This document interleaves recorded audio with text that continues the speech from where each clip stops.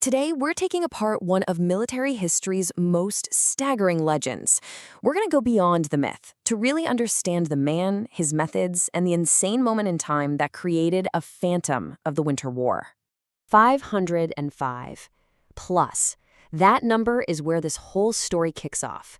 Over 500 confirmed sniper kills.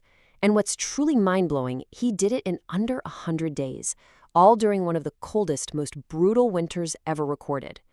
To this day, it's the highest sniper count in any major war.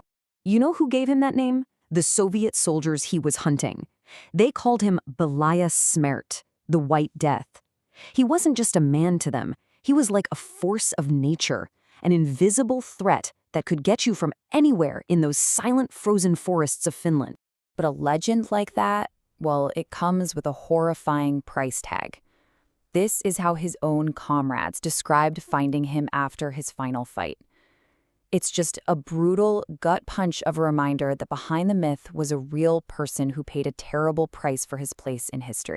So that's the big question we're tackling, right? How does a quiet farmer from the middle of nowhere in Finland turn into the most effective, most deadly sniper the world has ever seen? The answer isn't about high-tech gear or special training. It's something much, much deeper.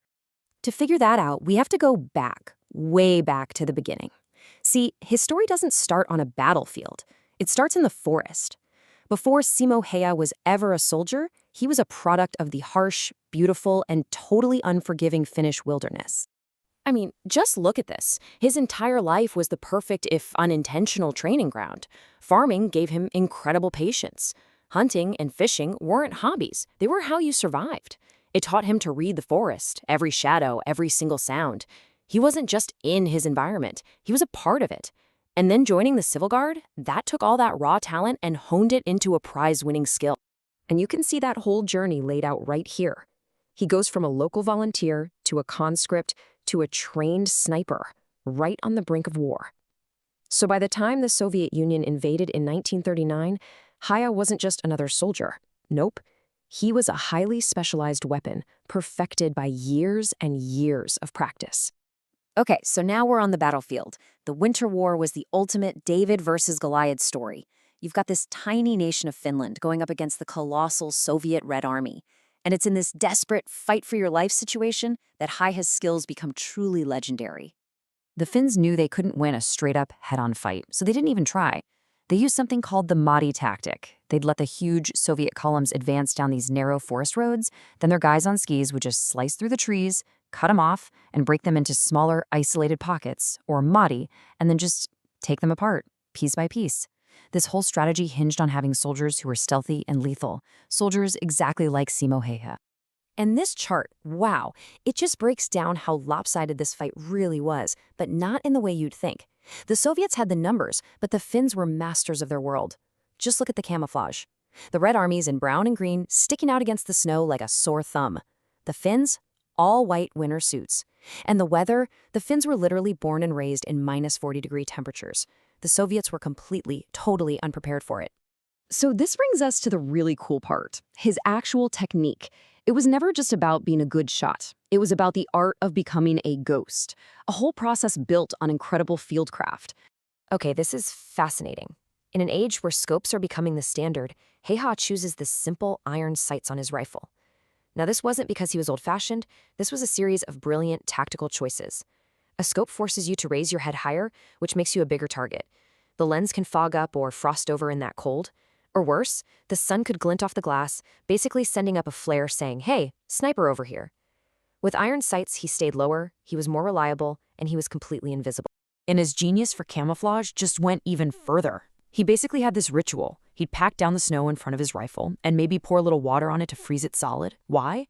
So the muzzle blast wouldn't kick up a puff of snow. And get this, he'd keep snow in his mouth to cool his breath so you couldn't see the vapor clouds in the frigid air. Every single tiny detail was about erasing himself from the landscape. But you know, a legend this big doesn't happen for free. It comes with a price. And this is where the story of the White Death takes a darker turn, and we have to confront the controversy and the brutal reality behind all those numbers. So, that famous number, over 500, it's been debated by historians for decades, And you have to imagine, trying to confirm kills in the absolute chaos of that winter battlefield was, well, it was basically impossible. As you can see, the numbers are kind of all over the place depending on the source and when it was recorded. But maybe the most powerful account comes from Häyhä himself.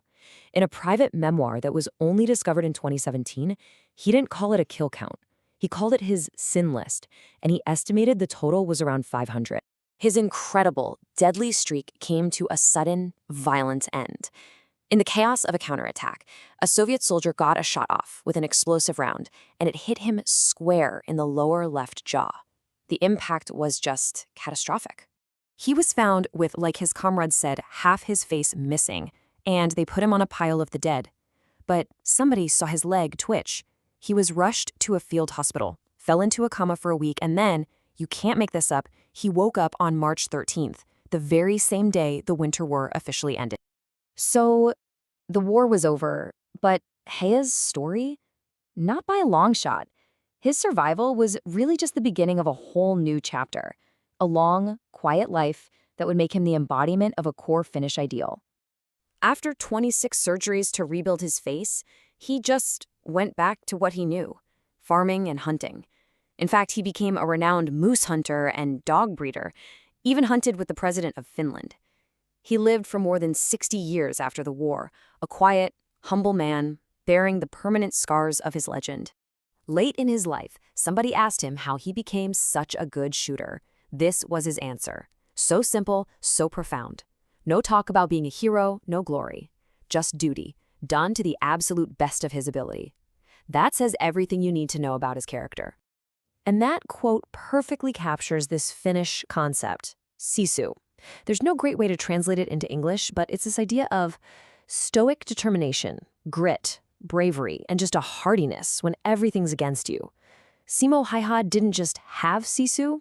For an entire nation, he became sisu. And all this kind of leaves us with one final thought. What is it that really creates a legend like the White Death? Is it the person themselves with their incredible skill? Is it the desperate circumstances of the war that created the need for a hero? Or is it the stories we all tell long after the guns have gone silent? It's definitely something to think about.